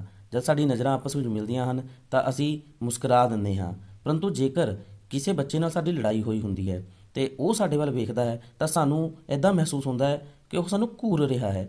ਅਸੀਂ ਵੀ ਉਸ ਨੂੰ ਘੂਰਨ ਲੱਗ ਜਾਂਦੇ ਹਾਂ ਜਾਂ ਅਧਿਆਪਕ ਨੂੰ ਉਸਦੀ ਸ਼ਿਕਾਇਤ ਕਰਦੇ ਹਾਂ। ਤਾਂ ਦੋਸਤੋ, ਮੈਨੂੰ ਉਮੀਦ ਹੈ ਤੁਸੀਂ ਸਮਝ ਗਏ ਹੋਵੋਗੇ ਕਿ ਜਿੱਥੇ ਪਿਆਰ ਹੁੰਦਾ ਹੈ ਉੱਥੇ ਛੋਟੀਆਂ-ਛੋਟੀਆਂ ਗੱਲਾਂ ਅਣਦੇਖੀਆਂ ਕਰ ਦਿੱਤੀਆਂ ਜਾਂਦੀਆਂ ਹਨ, ਪਰੰਤੂ ਜਿੱਥੇ ਨਫ਼ਰਤ ਹੁੰਦੀ ਹੈ ਉੱਥੇ ਛੋਟੀਆਂ-ਛੋਟੀਆਂ ਗੱਲਾਂ ਨੂੰ ਵੱਡਾ ਬਣਾ ਕੇ ਲੜਾਈ ਦੀ ਜੜ ਬਣਾ ਲਿਆ ਜਾਂਦਾ ਹੈ। ਅਗਲੀ ਗਤੀਵਿਧੀ ਇੰਟਰਵਿਊ ਦਾ ਸਲੀਕਾ ਵਿੱਚੋਂ ਜਮਾਤ ਦਾ ਨੁਮਾਇੰਦਾ ਪ੍ਰਤੀਨਿਧੀ ਚੁਣਨ ਲਈ ਮੋਨੀਟਰ ਚੁਣਨ ਲਈ ਅੱਜ ਜਮਾਤ ਵਿੱਚ ਹੀ ਚਾਹਵਾਨ ਉਮੀਦਵਾਰ ਬੱਚਿਆਂ ਨਾਲ ਇੰਟਰਵਿਊ ਹੋਵੇਗੀ। ਭਾਵ ਕਿ ਕਲਾਸ ਦੇ ਵਿੱਚ ਮੋਨੀਟਰ ਚੁਣਿਆ ਜਾਣਾ ਹੈ। ਹੁਣ ਜਿਹੜੇ ਬੱਚੇ ਮੋਨੀਟਰ ਬਣਨ ਲਈ ਉਤਸੁਕ ਹਨ ਜਾਂ ਉਹ ਉਮੀਦ ਰੱਖਦੇ ਹਨ ਕਿ ਸਾਨੂੰ ਮੋਨੀਟਰ ਬਣਨਾ ਚਾਹੀਦਾ ਹੈ, ਉਹਨਾਂ ਦਾ ਇੰਟਰਵਿਊ ਹੋਵੇਗਾ। ਪਰ ਇੰਟਰਵਿਊ ਲੈਣ ਸਮੇਂ ਕੁਝ ਗੁਣ ਜ਼ਰੂਰੀ ਹੁੰਦੇ ਹਨ, ਜਿਵੇਂ ਕਿ ਇੰਟਰਵਿਊ ਲੈਣ ਵਾਲੇ ਦੇ ਸਵਾਲ ਸੰਖੇਪ, ਛੋਟੇ ਅਤੇ ਢੁਕਵੇਂ ਹੋਣੇ ਚਾਹੀਦੇ ਹਨ। ਭਾਵ ਕਿ ਪ੍ਰਸ਼ਨ ਇੰਨੇ ਗੁੰਝਲਦਾਰ ਨਹੀਂ ਹੋਣੇ ਚਾਹੀਦੇ ਜਿਹੜਾ ਕਿ ਦੂਜਾ ਬੰਦਾ ਜਵਾਬ ਨਾ ਦੇ ਸਕੇ। ਨੰਬਰ 2, ਬੋਲੀ ਆਮ ਅਤੇ ਸੌਖੀ ਹੋਵੇ, ਸਵਾਲ ਦੁਹਰਾਏ ਨਾ ਜਾਣ। ਭਾਵ ਕਿ ਉਸ ਲੈਂਗੁਏਜ ਵਿੱਚ ਪੁੱਛਿਆ ਜਾਵੇ ਜੋ ਸਾਹਮਣੇ ਵਾਲੇ ਨੂੰ ਆਉਂਦੀ ਹੈ। ਇਹ ਨਹੀਂ ਕਿ ਉਸ ਨੂੰ ਉਲਝਾਉਣ ਵਾਸਤੇ ਟਫ ਤੋਂ ਟਫ ਵਰਡ ਬੋਲ ਕੇ ਉਸ ਨੂੰ ਉਲਝਾ ਦਿੱਤਾ ਜਾਵੇ ਅਤੇ ਕੋਈ ਵੀ ਪ੍ਰਸ਼ਨ ਬਾਰ-ਬਾਰ ਦੁਹਰਾਇਆ ਨਾ ਜਾਵੇ। ਤਾਂ ਦੋਸਤੋ, ਮੈਨੂੰ ਉਮੀਦ ਹੈ ਤੁਸੀਂ ਇਹ ਸਾਰੀਆਂ ਸ਼ਰਤਾਂ ਪੜ੍ਹ ਲਓਗੇ। ਇਹਦੇ 11 ਸ਼ਰਤਾਂ ਦਿੱਤੀਆਂ ਹੋਈਆਂ ਹਨ। ਇੰਟਰਵਿਊ ਲੈਣ ਸਮੇਂ ਜਿਹੜਾ ਬੰਦਾ ਇੰਟਰਵਿਊ ਲੈਂਦਾ ਹੈ ਉਸ ਨੂੰ ਇਹਨਾਂ ਨਿਯਮਾਂ ਦਾ ਪਾਲਣ ਕਰਨਾ ਚਾਹੀਦਾ ਹੈ। ਦੂਜੇ ਪਾਸੇ ਇੰਟਰਵਿਊ ਦੇਣ ਵਾਲੇ ਵਾਸਤੇ ਵੀ ਕੁਝ ਨਿਯਮ ਹੁੰਦੇ ਹਨ, ਉਹ ਆਪਣੇ ਆਪ ਤੁਸੀਂ ਸਮਝ ਲੈਣੇ ਹਨ। ਜਿਵੇਂ ਕਿ ਜਦੋਂ ਅਸੀਂ ਜਵਾਬ ਦੇਣਾ ਹੈ ਤਾਂ ਸਾਡੀ ਭਾਸ਼ਾ ਨਿਮਰ ਹੋਣੀ ਚਾਹੀਦੀ ਹੈ, ਸਾਨੂੰ ਗੁੱਸੇ ਵਿੱਚ ਜਵਾਬ ਨਹੀਂ ਦੇਣਾ ਚਾਹੀਦਾ, ਸਾਨੂੰ ਪਿਆਰ ਨਾਲ ਜਵਾਬ ਦੇਣਾ ਚਾਹੀਦਾ ਹੈ, ਸਾਨੂੰ ਪੂਰਾ ਪ੍ਰਸ਼ਨ ਸੁਣਨ ਤੋਂ ਬਾਅਦ ਹੀ ਬੋਲਣਾ ਚਾਹੀਦਾ ਹੈ ਅਤੇ ਇਸ ਤੋਂ ਇਲਾਵਾ ਹੋਰ ਬਹੁਤ ਕੁਝ ਹੈ। ਹੁਣ ਮੈਂ ਤੁਹਾਨੂੰ ਇਸ ਵਿੱਚੋਂ ਕਿਰਿਆ ਸਮਝਾਵਾਂਗਾ। ਕਿਰਿਆ ਇੰਟਰਵਿਊ ਜਮਾਤ ਦੇ ਸਾਹਮਣੇ ਹੋਵੇਗੀ। ਕੁਝ ਇਸ ਤਰ੍ਹਾਂ ਦੇ ਪ੍ਰਸ਼ਨ ਪੁੱਛੇ ਜਾਣਗੇ। ਨੰਬਰ 1, ਜੇ ਤੁਸੀਂ ਮੋਨੀਟਰ ਬਣ ਜਾਵੋ ਤਾਂ ਤੁਸੀਂ ਕੀ ਕਰੋਗੇ। ਤਾਂ ਦੋਸਤੋ, ਇੱਥੇ ਤੁਸੀਂ ਆਪਣਾ ਵਿਚਾਰ ਦੱਸਣਾ ਹੈ ਕਿ ਅਗਰ ਤੁਸੀਂ ਮੋਨੀਟਰ ਬਣ ਜਾਂਦੇ ਹੋ ਤਾਂ ਤੁਸੀਂ ਕੀ ਕਰੋਗੇ, ਤੁਸੀਂ ਕੀ ਆਪਣੇ ਆਪ 'ਤੇ ਉਮੀਦ ਰੱਖੀ ਹੋਈ ਕਿ ਮੈਂ ਕਲਾਸ ਲਈ ਕੀ ਕਰ ਸਕਦਾ ਹਾਂ। ਤਾਂ ਮੈਂ ਇੱਥੇ ਜਵਾਬ ਭਰਿਆ ਹੈ, ਮੈਂ ਆਪਣੀ ਜਮਾਤ ਦੇ ਹਰ ਬੱਚੇ ਦੀ ਸਮੱਸਿਆ ਨੂੰ ਅਧਿਆਪਕ ਤੱਕ ਪਹੁੰਚਾ ਕੇ ਉਸ ਦਾ ਹੱਲ ਕਰਾਉਣ ਦੀ ਪੂਰੀ ਕੋਸ਼ਿਸ਼ ਕਰਾਂਗਾ। ਭਾਵ ਕਿ ਜਦੋਂ ਮੈਂ ਮੋਨੀਟਰ ਬਣ ਜਾਵਾਂਗਾ ਤਾਂ ਮੈਂ ਅਧਿਆਪਕ ਅਤੇ ਜਮਾਤ ਦੇ ਵਿਚਕਾਰ ਕੜੀ ਦਾ ਕੰਮ ਕਰਾਂਗਾ। ਤਾਂ ਮੇਰਾ ਇਹ ਫਰਜ਼ ਬਣੇਗਾ ਕਿ ਮੈਂ ਬੱਚਿਆਂ ਦੀ ਸਮੱਸਿਆਵਾਂ ਨੂੰ ਅਧਿਆਪਕ ਤੱਕ ਅਤੇ ਅਧਿਆਪਕ ਦੁਆਰਾ ਦੱਸੇ ਗਏ ਨਿਯਮਾਂ ਨੂੰ ਵਿਦਿਆਰਥੀਆਂ ਤੱਕ ਪਹੁੰਚਾਵਾਂ। ਤਾਂ ਦੋਸਤੋ, ਇੱਥੇ ਤੁਸੀਂ ਆਪਣੇ ਤਰੀਕੇ ਨਾਲ ਵੀ ਕੋਈ ਵੀ ਜਵਾਬ ਭਰ ਸਕਦੇ ਹੋ। ਜ਼ਰੂਰੀ ਨਹੀਂ ਕਿ ਤੁਸੀਂ ਇਹ ਹੀ ਜਵਾਬ ਭਰਨਾ ਹੈ। ਪ੍ਰਸ਼ਨ ਨੰਬਰ 2, ਤੁਸੀਂ ਆਪਣੇ ਆਪ ਵਿੱਚ ਕੀ ਸੁਧਾਰ ਲਿਆਓਗੇ। ਜਮਾਤ ਵਿੱਚ ਸਫਾਈ ਦਾ ਪ੍ਰਬੰਧ ਕਰਾਂਗਾ ਅਤੇ ਲੇਟ ਆਉਣ ਵਾਲੇ ਬੱਚਿਆਂ ਦੀ ਕਾਉਂਸਲਿੰਗ ਕਰਾਂਗਾ। ਭਾਵ ਕਿ ਜਿਹੜੇ ਬੱਚੇ ਅਕਸਰ ਲੇਟ ਆਉਂਦੇ ਹਨ ਉਹਨਾਂ ਨੂੰ ਸਮਝਾਵਾਂਗਾ ਤਾਂ ਕਿ ਉਹਨਾਂ ਨੂੰ ਬਾਰ-ਬਾਰ ਅਧਿਆਪਕ ਦੇ ਸਾਹਮਣੇ ਜਾ ਕੇ ਸ਼ਰਮਿੰਦਾ ਨਾ ਹੋਣਾ ਪਵੇ ਅਤੇ ਦੂਜੇ ਪਾਸੇ ਅਧਿਆਪਕ ਨੂੰ ਵੀ ਆਪਣਾ ਕੀਮਤੀ ਸਮਾਂ ਜੋ ਉਸਨੇ ਪੜ੍ਹਾਈ ਵਿੱਚ ਲਗਾਉਣਾ ਸੀ ਉਹ ਲੇਟ ਆਏ ਬੱਚਿਆਂ 'ਤੇ ਨਾ ਖਰਚਣਾ ਪਵੇ। ਤਾਂ ਦੋਸਤੋ, ਇੱਥੇ ਤੁਸੀਂ ਆਪਣੇ ਤਰੀਕੇ ਨਾਲ ਹੋਰ ਵੀ ਕੋਈ ਵੀ ਜਵਾਬ ਭਰ ਸਕਦੇ ਹੋ। ਪ੍ਰਸ਼ਨ ਨੰਬਰ 3, ਜਮਾਤ ਨੂੰ ਕਿਵੇਂ ਬਿਹਤਰ ਬਣਾਓਗੇ। ਭਾਵ ਕਿ ਤੁਸੀਂ ਆਪਣੀ ਕਲਾਸ ਨੂੰ ਸੁਧਾਰਨ ਲਈ ਹੋਰ ਕਿਹੜੇ ਕੰਮ ਕਰ ਸਕਦੇ ਹੋ। ਸਾਰੀ ਜਮਾਤ ਵਿੱਚ ਮਿਲ ਜੁਲ ਕੇ ਰਹਿਣ ਦੀ ਭਾਵਨਾ ਪੈਦਾ ਕਰਨ ਦੀ ਕੋਸ਼ਿਸ਼ ਕਰਾਂਗਾ। ਭਾਵ ਕਿ ਮੈਂ ਪੂਰੀ ਕਲਾਸ ਦੇ ਵਿੱਚ ਏਕਤਾ ਲਿਆਉਣ ਦੀ ਕੋਸ਼ਿਸ਼ ਕਰਾਂਗਾ। ਜੇਕਰ ਮੈਂ ਕਲਾਸ ਦਾ ਮੋਨੀਟਰ ਹਾਂ ਤਾਂ ਮੇਰੀ ਇਹ ਡਿਊਟੀ ਬਣਦੀ ਹੈ ਕਿ ਕਲਾਸ ਵਿੱਚ ਬੱਚੇ ਛੋਟੀ ਗੱਲਾਂ ਦੇ ਉੱਪਰ ਜਿੱਦ, ਬਹਿਸ ਜਾਂ ਝਗੜਾ ਨਾ ਕਰਨ। ਇਸ ਲਈ ਮੈਂ ਸਾਰੀ ਜਮਾਤ ਵਿੱਚ ਏਕਤਾ ਦੀ ਭਾਵਨਾ ਭਰਨ ਦੀ ਕੋਸ਼ਿਸ਼ ਕਰਾਂਗਾ। ਤਾਂ ਦੋਸਤੋ, ਇੱਥੇ ਤੁਸੀਂ ਆਪਣੇ ਤਰੀਕੇ ਨਾਲ ਕੋਈ ਵੀ ਜਵਾਬ ਭਰ ਸਕਦੇ ਹੋ। ਜ਼ਰੂਰੀ ਨਹੀਂ ਕਿ ਤੁਸੀਂ ਮੇਰੇ ਵਾਲਾ ਹੀ ਜਵਾਬ ਭਰਨਾ ਹੈ। ਇੰਟਰਵਿਊ ਲੈਣ ਲਈ ਅੰਕ ਦੀ ਵੰਡ। ਤਾਂ ਦੋਸਤੋ, ਜਮਾਤ ਵਿੱਚ ਇੰਟਰਵਿਊ ਦੀ ਪ੍ਰਕਿਰਿਆ ਸ਼ੁਰੂ ਹੋਵੇਗੀ ਅਤੇ ਅਹੁਦੇਦਾਰ ਵਿਦਿਆਰਥੀ ਦੀ ਇੰਟਰਵਿਊ ਵਿੱਚ ਅੰਕਾਂ ਦੇ ਆਧਾਰ 'ਤੇ ਚੋਣ ਹੋਵੇਗੀ। ਵਿਦਿਆਰਥੀ ਉਮੀਦਵਾਰ ਤੋਂ ਪ੍ਰਭਾਵਿਤ ਹੋ ਕੇ ਵੋਟ ਕਰ ਸਕਦੇ ਹਨ। ਭਾਵ ਕਿ ਇੱਥੇ ਇੰਟਰਵਿਊ ਲੈਣ ਸਮੇਂ ਵਿਦਿਆਰਥੀ ਦਾ ਪੂਰਾ ਵੇਰਵਾ ਲਿਖਿਆ ਜਾਵੇਗਾ। ਇੰਟਰਵਿਊ ਲੈਣ ਵਾਲਾ ਵਿਅਕਤੀ ਇੱਕ ਚਾਰਟ ਬਣਾਵੇਗਾ ਜਿਸ ਵਿੱਚ ਬੱਚਿਆਂ ਦੁਆਰਾ ਦਿੱਤੇ ਗਏ ਨੰਬਰਾਂ ਨੂੰ ਭਰਿਆ ਜਾਵੇਗਾ। ਭਾਵ ਕਿ ਉਸ ਬੱਚੇ ਦੀ ਕਾਬਲੀਅਤ ਦੇ ਅਨੁਸਾਰ ਤੁਸੀਂ ਨੰਬਰ ਦੇਣੇ ਹਨ। ਜਿਵੇਂ ਕਿ ਇੱਥੇ ਇੱਕ ਚਾਰਟ ਬਣਿਆ ਜੀ। ਲੜੀ ਨੰਬਰ 1, ਵਿਦਿਆਰਥੀ ਦਾ ਨਾਮ, ਰੋਲ ਨੰਬਰ, ਢੁਕਵੇਂ ਸਵਾਲ ਜਵਾਬ, ਭਾਵ ਕਿ ਉਹਨੇ ਕਿੰਨੇ ਸਵਾਲਾਂ ਦੇ ਜਵਾਬ ਸਹੀ ਦਿੱਤੇ ਹਨ। ਆਤਮ ਵਿਸ਼ਵਾਸ ਕਿੰਨਾ ਸੀ ਉਸਦੇ ਅੰਦਰ, ਆਵਾਜ਼ ਵਿੱਚ ਕਿਹੋ ਜਿਹਾ ਪ੍ਰਭਾਵ ਸੀ, ਕਿਤੇ ਘਬਰਾ ਕੇ ਤਾਂ ਨਹੀਂ ਬੋਲ ਰਿਹਾ ਸੀ, ਸਲੀਕਾ ਕਿਹੋ ਜਿਹਾ ਸੀ, ਭਾਵ ਉਹ ਪੇਸ਼ ਕਿਵੇਂ ਆ ਰਿਹਾ ਸੀ। ਫਿਰ ਕੁੱਲ ਅੰਕਾਂ ਯਾਨੀ ਕਿ ਅੰਕਾਂ ਦਾ ਜੋੜ। ਜਿਵੇਂ ਕਿ ਮੈਂ ਨੰਬਰ 1 'ਤੇ ਭਰਿਆ ਜੀ ਮਨਦੀਪ ਸਿੰਘ, ਵਿਦਿਆਰਥੀ ਦਾ ਨਾਮ ਹੈ ਜੀ, ਰੋਲ ਨੰਬਰ 1 ਹੈ ਜੀ ਉਹਦਾ। ਉਸਨੇ ਜਵਾਬ ਜਿਹੜੇ ਸੀਗੇ 4 ਸਹੀ ਦਿੱਤੇ ਸੀ, 5 ਦੇ ਵਿੱਚੋਂ 1 ਗਲਤ ਦੇ ਦਿੱਤਾ ਸੀਗਾ। ਆਤਮ ਵਿਸ਼ਵਾਸ ਉਹਦੇ ਵਿੱਚ ਪੂਰਾ ਸੀਗਾ, ਫੁੱਲ ਕੌਨਫੀਡੈਂਸ ਦੇ ਵਿੱਚ ਸੀਗਾ, ਜਿਸ ਕਰਕੇ ਉਸਨੂੰ 5 ਨੰਬਰ ਦਿੱਤੇ ਨੇ ਜੀ। ਆਵਾਜ਼ ਦਾ ਪ੍ਰਭਾਵ, ਥੋੜ੍ਹੀ ਜਿਹੀ ਉਹਦੀ ਜਵਾਬ ਦਿੰਦੇ ਆਵਾਜ਼ ਲੜਖੜਾ ਰਹੀ ਸੀ, ਜਿਸ ਕਰਕੇ ਮੈਂ ਕੇਵਲ 4 ਨੰਬਰ ਦੇ ਦਿੱਤੇ ਹਨ ਜੀ। ਸਲੀਕਾ ਉਹਦਾ ਬਹੁਤ ਵਧੀਆ ਸੀ ਜੀ, ਬੜੇ ਵਧੀਆ ਤਰੀਕੇ ਨਾਲ ਪੇਸ਼ ਆ ਰਿਹਾ ਸੀ ਜੀ, ਮੈਂ 5 ਦੇ 5 ਨੰਬਰ ਦਿੱਤੇ ਹਨ। ਤਾਂ ਦੋਸਤੋ, ਇਸ ਤਰ੍ਹਾਂ ਉਸਦੇ ਟੋਟਲ ਨੰਬਰ ਬਣ ਜਾਂਦੇ ਨੇ ਜੀ 18। ਤਾਂ ਇਸੇ ਤਰ੍ਹਾਂ ਅੱਗੇ ਨੰਬਰ 2, ਨੰਬਰ 3 ਤੁਸੀਂ ਵਿਦਿਆਰਥੀਆਂ ਦੇ ਨਾਮ ਭਰਦੇ ਜਾਣੇ ਹਨ ਅਤੇ ਆਪਣੇ ਮੁਤਾਬਕ ਉਹਨਾਂ ਦੇ ਵਿੱਚ ਨੰਬਰ ਲਗਾਉਂਦੇ ਜਾਓਗੇ। ਮੈਨੂੰ ਉਮੀਦ ਹੈ ਕਿ ਤੁਸੀਂ ਚੰਗੀ ਤਰ੍ਹਾਂ ਸਮਝ ਗਏ ਹੋਵੋਗੇ। ਵਰਕਸ਼ੀਟ 'ਤੇ ਆਪਣੇ ਅੰਕਾਂ ਦਾ ਸਕੋਰ ਲਿਖੋ ਅਤੇ ਅਧਿਆਪਕ ਦੇ ਸਾਥੀਆਂ ਵੱਲੋਂ ਮਿਲੇ ਸੁਝਾਅ ਵੀ ਲਿਖੋ। ਇੰਟਰਵਿਊ ਲੈਣ ਤੇ ਦੇਣ ਵਾਲੇ ਗੁਣਾਂ ਦਾ ਚਾਰਟ ਤਿਆਰ ਕਰੋ। ਭਾਵ ਕਿ ਜਿਹੜੇ ਬੱਚੇ ਇੰਟਰਵਿਊ ਲੈ ਰਹੇ ਸਨ ਉਹਨਾਂ ਦੇ ਵਿੱਚ ਕਿਹੜੇ ਗੁਣ ਸੀ ਜਾਂ ਕਿਹੜੇ ਗੁਣ ਹੋਣੇ ਚਾਹੀਦੇ ਹਨ। ਦੂਜੇ ਪਾਸੇ ਜਿਹੜੇ ਇੰਟਰਵਿਊ ਦੇ ਰਹੇ ਸਨ ਜੀ ਉਹਨਾਂ ਦੇ ਵਿੱਚ ਕਿਹੜੇ ਗੁਣ ਸਨ ਜਾਂ ਕਿਹੜੇ ਗੁਣ ਹੋਣੇ ਚਾਹੀਦੇ ਹਨ। ਤਾਂ ਦੋਸਤੋ, ਮੈਂ ਆਪਣੇ ਮੁਤਾਬਕ ਕੁਝ ਗੁਣ ਭਰੇ ਹਨ ਜੀ। ਇੰਟਰਵਿਊ ਲੈਣ ਵਾਲੇ ਦੇ ਗੁਣ ਹਨ ਜੀ। ਨੰਬਰ 1, ਆਤਮ ਵਿਸ਼ਵਾਸੀ। ਜਦੋਂ ਤੱਕ ਉਸਦੇ ਵਿੱਚ ਆਤਮ ਵਿਸ਼ਵਾਸ ਨਹੀਂ ਹੋਏਗਾ ਤਾਂ ਉਹ ਦੂਸਰੇ ਨੂੰ ਕਿਵੇਂ ਚੈੱਕ ਕਰ ਸਕਦਾ ਹੈ ਜੀ। ਨੰਬਰ 2, ਪ੍ਰਭਾਵਸ਼ਾਲੀ ਸ਼ਖਸੀਅਤ, ਯਾਨੀ ਕਿ ਇੰਟਰਵਿਊ ਲੈਣ ਵਾਲੇ ਦੀ ਸ਼ਖਸੀਅਤ ਪ੍ਰਭਾਵਸ਼ਾਲੀ ਹੋਣੀ ਚਾਹੀਦੀ ਹੈ, ਉਸਦੀ ਦਿੱਖ ਚੰਗੀ ਹੋਣੀ ਚਾਹੀਦੀ ਹੈ। ਪ੍ਰਸ਼ਨ ਨੰਬਰ ਤੀਸਰਾ ਗੁਣ ਹੈ ਉਹਦੇ ਅੰਦਰ ਢੁਕਵੇਂ ਪ੍ਰਸ਼ਨ ਪੁੱਛਣ ਵਾਲਾ, ਯਾਨੀ ਕਿ ਉਸਦੇ ਪ੍ਰਸ਼ਨ ਸਹੀ ਹੋਣੇ ਚਾਹੀਦੇ ਹਨ, ਯਾਨੀ ਕਿ ਉਸਦੇ ਅੰਦਰ ਸਹੀ ਪ੍ਰਸ਼ਨ ਪੁੱਛਣ ਦੀ ਕਲਾ ਹੋਣੀ ਚਾਹੀਦੀ ਹੈ। ਹੁਣ ਜੀ ਇੰਟਰਵਿਊ ਦੇਣ ਵਾਲੇ ਦੇ ਗੁਣ ਕਿਹੜੇ ਹੋਣੇ ਚਾਹੀਦੇ ਹਨ ਜੀ? ਹਾਜ਼ਰ ਜਵਾਬ ਹੋਣਾ ਚਾਹੀਦਾ ਜੀ, ਉਸ ਨੂੰ ਹਰ ਇੱਕ ਪ੍ਰਸ਼ਨ ਦਾ ਜਵਾਬ ਭਾਵੇਂ ਉਸ ਨੂੰ ਆਉਂਦਾ ਹੋਵੇ ਜਾਂ ਨਾ ਆਉਂਦਾ ਹੋਵੇ ਜੀ, ਇਸ ਤਰੀਕੇ ਨਾਲ ਦੇਣਾ ਚਾਹੀਦਾ ਹੈ ਕਿ ਉਹ ਦੇਖਣ ਨੂੰ ਇੰਟੈਲੀਜੈਂਟ ਲੱਗਣਾ ਚਾਹੀਦਾ ਹੈ। ਨੰਬਰ 2 ਗਿਆਨਵਾਨ, ਦੇਖੋ ਜੀ ਉਸਦੇ ਪੱਲੇ ਨੌਲੇਜ ਹੋਣੀ ਚਾਹੀਦੀ ਹੈ, ਅਗਰ ਉਸਨੂੰ ਗਿਆਨ ਹੋਏਗਾ ਤਾਂ ਹੀ ਉਹ ਕਿਸੇ ਵੀ ਸਮੱਸਿਆ ਨੂੰ ਹੱਲ ਕਰ ਸਕੇਗਾ ਜੀ। ਤੀਸਰਾ ਗੁਣ ਉਹਦੇ ਅੰਦਰ ਹੁੰਦਾ ਜੀ ਢੁਕਵੇਂ ਜਵਾਬ ਦੇਣ ਵਾਲਾ, ਅਗਰ ਉਹ ਜਵਾਬਾਂ ਨੂੰ ਬਹੁਤ ਜ਼ਿਆਦਾ ਲੰਬਾ ਖਿੱਚ ਰਿਹਾ, ਵਿਸਥਾਰ ਦੇ ਵਿੱਚ ਜਾ ਰਿਹਾ ਤਾਂ ਉਸ ਨੂੰ ਇੱਕ ਚੰਗਾ ਇੰਟਰਵਿਊ ਦੇਣ ਵਾਲਾ ਨਹੀਂ ਮੰਨਿਆ ਜਾ ਸਕਦਾ। ਤਾਂ ਦੋਸਤੋ ਮੈਨੂੰ ਉਮੀਦ ਹੈ ਕਿ ਤੁਸੀਂ ਚੰਗੀ ਤਰ੍ਹਾਂ ਸਮਝ ਲਿਆ ਹੋਵੇਗਾ। ਅਗਲੀ ਐਕਟੀਵਿਟੀ ਨੰਬਰ 4 ਦੇ ਵਿੱਚੋਂ ਪ੍ਰਭਾਵਸ਼ਾਲੀ ਸਰੀਰਕ ਭਾਸ਼ਾ ਤੇ ਸ਼ਖਸੀਅਤ, ਇਸ ਵਿੱਚ ਅਸੀਂ ਹਾਵ ਭਾਵ ਜੈਸਚਰਸ ਦੀ ਗੱਲ ਕਰਾਂਗੇ। ਗਤੀਵਿਧੀ, ਤੁਹਾਡਾ ਕੋਈ ਦੋਸਤ ਹੁਣ ਹਰ ਰੋਜ਼ ਤੁਹਾਡੇ ਘਰ ਆ ਕੇ ਫਜ਼ੂਲ ਦੀਆਂ ਗੱਲਾਂ ਵਿੱਚ ਤੁਹਾਡਾ ਸਮਾਂ ਵਿਅਰਥ ਕਰ ਰਿਹਾ ਹੈ। ਤੁਸੀਂ ਉਸਦੀ ਇਸ ਆਦਤ ਤੋਂ ਅੱਕ ਗਏ ਹੋ। ਇੱਕ ਦਿਨ ਤੁਸੀਂ ਉਸ ਨੂੰ ਆਪਣੇ ਘਰ ਤੋਂ ਜਾਣ ਲਈ ਹੇਠ ਲਿਖਿਆ ਵਾਰਤਾਲਾਪ ਡਾਇਲੌਗ ਉਸ ਨੂੰ ਬੋਲਦੇ ਹੋ, ਭਾਵ ਕਿ ਤੁਸੀਂ ਉਸ ਨੂੰ ਘਰ ਤੋਂ ਜਾਣ ਲਈ ਇੱਕ ਡਾਇਲੌਗ ਬੋਲਿਆ ਜੀ, ਹੁਣ ਇੱਥੇ ਚਲੇ ਜਾਓ, ਆਪਾਂ ਬਾਅਦ ਵਿੱਚ ਮਿਲਾਂਗੇ। ਹੁਣ ਤੁਹਾਨੂੰ ਨੀਚੇ ਕੁਝ ਤਸਵੀਰਾਂ ਦਿਖਾ ਕੇ ਉਸਦੇ ਜੈਸਚਰਸ ਦੱਸੇ ਗਏ ਹਨ ਕਿ ਤੁਸੀਂ ਕਿਵੇਂ ਕਿਵੇਂ ਇਸ ਗੱਲ ਨੂੰ ਕਹਿ ਸਕਦੇ ਹੋ, ਜਿਵੇਂ ਕਿ ਪਹਿਲੇ ਨੰਬਰ 'ਤੇ ਭਾਵ, ਫਿਰ ਸਰੀਰਕ ਅੰਗਾਂ ਦੀ ਸਥਿਤੀ ਤੇ ਚਿਹਰੇ ਦੇ ਭਾਵ। ਨੰਬਰ 1 ਨਿਮਰਤਾ ਅਤੇ ਹਲੀਮੀ ਨਾਲ, ਇਸ ਦੇ ਵਿੱਚ ਸਾਡੀ ਸਰੀਰਕ ਸਥਿਤੀ ਕੀ ਹੋਏਗੀ ਜੀ? ਸਰੀਰ ਥੋੜ੍ਹਾ ਝੁਕਿਆ ਅਤੇ ਹੱਥ ਦੋਵੇਂ ਜੁੜੇ ਹੋਏ, ਤੇ ਅੱਗੇ ਤੁਸੀਂ ਤਸਵੀਰ ਦੇਖ ਸਕਦੇ ਹੋ, ਯਾਨੀ ਕਿ ਬੰਦਾ ਬੇਨਤੀ ਟਾਈਪ ਦੇ ਵਿੱਚ ਕਰ ਰਿਹਾ ਜੀ। ਨੰਬਰ 2 ਪਿਆਰ ਨਾਲ, ਦੋਸਤ ਨੂੰ ਗਲਵੱਕੜੀ ਪਾ ਕੇ ਅਤੇ ਉਸਦੇ ਹੱਥਾਂ ਨੂੰ ਆਪਣੇ ਹੱਥ ਵਿੱਚ ਅਪਣਤ ਨਾਲ ਫੜਦੇ ਹੋਏ, ਯਾਨੀ ਕਿ ਉਸ ਨੂੰ ਇਸ ਤਰੀਕੇ ਨਾਲ ਕਹੋਗੇ ਕਿ ਤੁਸੀਂ ਬੜੇ ਪਿਆਰ ਨਾਲ ਤੇ ਅਪਣਤ ਦੇ ਨਾਲ ਕਹਿ ਰਹੇ ਹੋ ਜੀ। ਇਸੇ ਤਰ੍ਹਾਂ ਤੁਸੀਂ ਅੱਗੇ ਦੀਆਂ ਤਸਵੀਰਾਂ ਅਤੇ ਲਿਖੀਆਂ ਹੋਈਆਂ ਗੱਲਾਂ ਨੂੰ ਆਪ ਪੜ੍ਹ ਸਕਦੇ ਹੋ ਜੀ। ਇਹ ਸਾਰੀਆਂ ਤਸਵੀਰਾਂ ਬਿਆਨ ਕਰ ਰਹੀਆਂ ਹਨ ਕਿ ਉਹ ਕਿਵੇਂ ਕਿਵੇਂ ਕੀ ਕਹਿ ਰਿਹਾ ਹੈ ਜੀ। ਇਹ ਸਾਰੀਆਂ ਤਸਵੀਰਾਂ ਨੂੰ ਤੇ ਗੱਲਾਂ ਨੂੰ ਦੱਸਣ ਤੋਂ ਬਾਅਦ ਇੱਕ ਤੁਹਾਡੇ ਤੋਂ ਪੁੱਛਿਆ ਗਿਆ ਜੀ, ਇਸ ਗਤੀਵਿਧੀ ਦੌਰਾਨ ਬਾਕੀ ਸਾਰੇ ਵਿਦਿਆਰਥੀ ਹੇਠ ਲਿਖੀ ਸਾਰਣੀ ਨੂੰ ਵਾਰਤਾਲਾਪ ਸੁਣ ਕੇ ਭਰਦੇ ਜਾਣਗੇ। ਹਾਂਜੀ, ਇੱਕ ਐਕਟੀਵਿਟੀ ਆ ਗਈ ਜਿਹਦੇ ਵਿੱਚ ਪਹਿਲਾਂ ਵਿਦਿਆਰਥੀ ਦਾ ਨਾਮ ਭਰਨਾ, ਫਿਰ ਰੋਲ ਨੰਬਰ ਭਰਨਾ ਹੈ, ਕੀ ਘਰ ਤੋਂ ਭੇਜਣ ਦਾ ਢੰਗ ਵਧੀਆ ਲੱਗਿਆ, ਯਾਨੀ ਕਿ ਤੁਹਾਨੂੰ ਇਹਨਾਂ ਦੇ ਵਿੱਚੋਂ ਕਿਹੜਾ ਢੰਗ ਵਧੀਆ ਲੱਗਿਆ ਜੀ, ਵਧੀਆ ਲੱਗਿਆ ਹੈ ਜਾਂ ਨਹੀਂ ਲੱਗਿਆ। ਫਿਰ ਆ ਗਿਆ ਜੀ, ਮੈਂ ਇਸ ਸਥਿਤੀ ਵਿੱਚ ਆਪਣੇ ਮਿੱਤਰ ਨੂੰ ਕਿਹੜੇ ਭਾਵ ਨਾਲ ਘਰ ਤੋਂ ਜਾਣ ਲਈ ਕਹਾਂਗਾ, ਯਾਨੀ ਕਿ ਤੁਹਾਡੇ ਤੋਂ ਪੁੱਛਿਆ ਗਿਆ ਕਿ ਤੁਹਾਨੂੰ ਆਪਣੇ ਦੋਸਤ ਨੂੰ ਇੱਦਾਂ ਹੀ ਭੇਜਣਾ ਪਵੇ ਤਾਂ ਤੁਸੀਂ ਇਹਨਾਂ ਵਿੱਚੋਂ ਕਿਹੜਾ ਢੰਗ ਅਪਣਾਓਗੇ। ਹਾਂਜੀ ਦੋਸਤੋ, ਮੈਂ ਪਹਿਲੇ ਭਰਿਆ ਜੀ ਗੁਰਜੀਤ ਸਿੰਘ, ਰੋਲ ਨੰਬਰ 2। ਹਾਂਜੀ, ਮੈਨੂੰ ਇਹ ਉਸਦਾ ਢੰਗ ਚੰਗਾ ਲੱਗਾ ਹੈ ਜੀ। ਕਿਹੜਾ ਢੰਗ ਚੰਗਾ ਲੱਗਾ ਹੈ ਜੀ? ਹਾਸੇ ਨਾਲ ਸਮਝਾਇਆ, ਯਾਨੀ ਕਿ ਮੁਸਕਰਾ ਕੇ ਭੇਜਿਆ ਹੋਇਆ ਢੰਗ ਮੈਨੂੰ ਚੰਗਾ ਲੱਗਾ। ਤੁਸੀਂ ਉੱਪਰ ਤਸਵੀਰ ਦੇ ਵਿੱਚ ਦੇਖ ਸਕਦੇ ਹੋ ਜੀ, ਹੱਸਦਾ ਹੋਇਆ ਵਿਅਕਤੀ ਕਿੰਨਾ ਸੋਹਣਾ ਲੱਗ ਰਿਹਾ ਹੈ ਨਾ ਜੀ। ਇਸੇ ਤਰ੍ਹਾਂ ਸਾਨੂੰ ਵਿਹਾਰ ਕਰਨਾ ਚਾਹੀਦਾ ਜੀ। ਅੱਗੇ ਪੁੱਛਿਆ ਗਿਆ ਜੀ, ਮੈਂ ਇਸ ਸਥਿਤੀ ਵਿੱਚ ਕੀ ਕਰਾਂਗਾ ਜੀ? ਬਿਲਕੁਲ ਜੀ, ਮੈਂ ਇਸ ਸਥਿਤੀ ਵਿੱਚ ਇਸੇ ਢੰਗ ਨਾਲ ਆਪਣੇ ਦੋਸਤ ਨੂੰ ਭੇਜਾਂਗਾ। ਮੈਂ ਆਪਣੇ ਦੋਸਤ ਨੂੰ ਨਾਰਾਜ਼ ਨਹੀਂ ਕਰਨਾ, ਮੈਂ ਉਸ ਨੂੰ ਬੜੇ ਪਿਆਰ ਨਾਲ ਘਰ ਤੋਂ ਜਾਣ ਲਈ ਕਹਾਂਗਾ। ਤਾਂ ਦੋਸਤੋ ਮੈਨੂੰ ਉਮੀਦ ਹੈ ਕਿ ਬਾਕੀ ਦੇ ਕਾਲਮ ਤੁਸੀਂ ਆਪ ਭਰ ਲਓਗੇ, ਕੋਈ ਮੁਸ਼ਕਲ ਕੰਮ ਨਹੀਂ ਹੈਗਾ ਤੇ ਬੜਾ ਹੀ ਸੌਖਾ ਜਿਹਾ ਤਰੀਕਾ ਹੈਗਾ ਇਹਨੂੰ ਭਰਨ ਦਾ। ਅੱਗੇ ਤੁਹਾਨੂੰ ਦੱਸਿਆ ਗਿਆ ਜੀ, ਪ੍ਰਭਾਵਸ਼ਾਲੀ ਗੱਲਬਾਤ ਕਰਨ ਦੇ 2 ਸਫਲ ਸਾਧਨ ਹੁੰਦੇ ਹਨ। ਨੰਬਰ 1 ਭਾਸ਼ਾ ਸ਼ਬਦਾਂ ਦੀ ਚੋਣ, ਨੰਬਰ 2 ਸਰੀਰਕ ਭਾਸ਼ਾ, ਯਾਨੀ ਕਿ ਅਸੀਂ ਕਿਸੇ ਨੂੰ ਸਮਝਾਉਣ ਲਈ ਮੂੰਹ ਦੇ ਨਾਲ ਜੋ ਸ਼ਬਦ ਬੋਲਦੇ ਹਾਂ ਉਹ ਕਿੱਦਾਂ ਦੇ ਹਨ। ਦੂਜੇ ਪਾਸੇ ਜਦੋਂ ਅਸੀਂ ਉਹ ਸ਼ਬਦ ਬੋਲ ਰਹੇ ਹਾਂ ਤਾਂ ਸਾਡੀ ਜਿਹੜੀ ਬੋਡੀ ਹੈ, ਬੋਡੀ ਲੈਂਗੁਏਜ ਹੈ, ਸਰੀਰਕ ਭਾਸ਼ਾ ਉਹ ਕਿੱਦਾਂ ਦੀ ਹੈ ਜੀ। ਵਿਦਿਆਰਥੀਓ, ਮੈਨੂੰ ਉਮੀਦ ਹੈ ਕਿ ਤੁਸੀਂ ਚੰਗੀ ਤਰ੍ਹਾਂ ਸਮਝ ਗਏ ਹੋਵੋਗੇ। ਅੱਗੇ ਗਤੀਵਿਧੀ ਨੰਬਰ 2 ਆ ਜਾਂਦੀ ਹੈ ਆਪਣੇ ਕੋਲ। ਵਿਦਿਆਰਥੀ ਹੇਠ ਲਿਖੇ ਅਲੱਗ-ਅਲੱਗ ਕਾਰਜ ਕਰਕੇ ਵੱਧ ਤੋਂ ਵੱਧ ਅਭਿਆਸ ਕਰਨ, ਭਾਵ ਕਿ ਤੁਹਾਡੇ ਲਈ ਕੁਝ ਨਿਯਮ ਦੱਸੇ ਗਏ ਹਨ, ਜਿਵੇਂ ਕਿ ਆਪਣੇ ਸਕੂਲ ਨੂੰ ਆਪਣੇ ਘਰ ਵਾਂਗ ਸਮਝਣ ਅਤੇ ਕੋਈ ਵੀ ਸਕੂਲ ਦੀ ਚੀਜ਼ ਦਾ ਨੁਕਸਾਨ ਨਾ ਕਰਨ ਲਈ ਬਾਕੀ ਵਿਦਿਆਰਥੀਆਂ ਨੂੰ ਪ੍ਰੇਰਿਤ ਕਰੋ। ਸਕੂਲ ਦੇ ਵਿਦਿਆਰਥੀਆਂ ਨੂੰ ਕਿਰਤ ਕਰਨ ਦਾ ਮਹੱਤਵ ਦੱਸਦੇ ਹੋਏ ਆਪਣੇ ਮਾਤਾ ਪਿਤਾ ਦੇ ਕੰਮ ਧੰਦੇ ਵਿੱਚ ਮਦਦ ਕਰਨ ਲਈ ਪ੍ਰੇਰਿਤ ਕਰੋ। ਸਕੂਲ ਦੇ ਪ੍ਰਿੰਸੀਪਲ ਨੂੰ ਵੱਖ-ਵੱਖ ਕਲਾਤਮਕ ਅਤੇ ਖੇਡਾਂ ਦੇ ਮੁਕਾਬਲੇ ਹਰ ਮਹੀਨੇ ਸਕੂਲ ਵਿੱਚ ਕਰਾਉਣ ਲਈ ਮਨਾਓ।